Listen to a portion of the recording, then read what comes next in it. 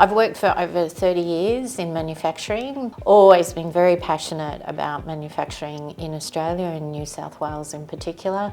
There's a lot of capability here, so it's a very exciting role to fill.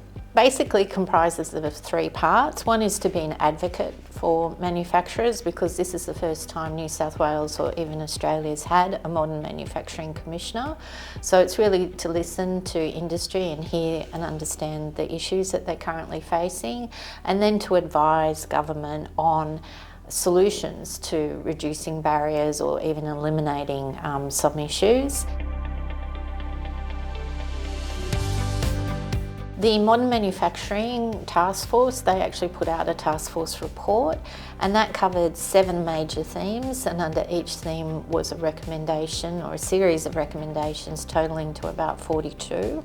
So the strategy will address the recommendations coming out of the task force because it was a most excellent report, and it'll also address a few other things that we've uncovered since then. Number one, New South Wales has incredibly capable manufacturers, so that's very, very exciting.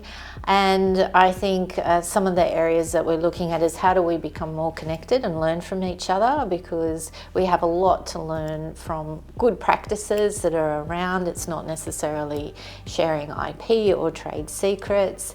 And also there's a lot we can do in government just to modernise our own processes to make it easier for manufacturers.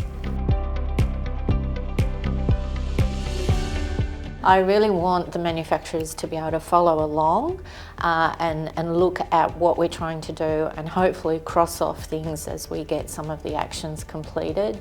So we are actually spending a lot of time to making sure that it is very clear, concise and relatable to manufacturers, that it isn't just a whole lot of words that you lose interest after page 3.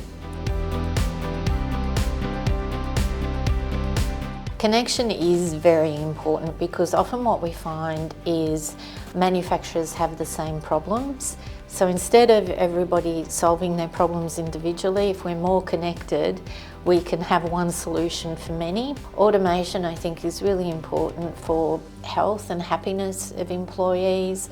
And so when this work is taken over by robots or cobots, we actually see employees being reallocated to higher skilled roles. The company just starts growing because they're producing more, and that in turn results in more employees being hired.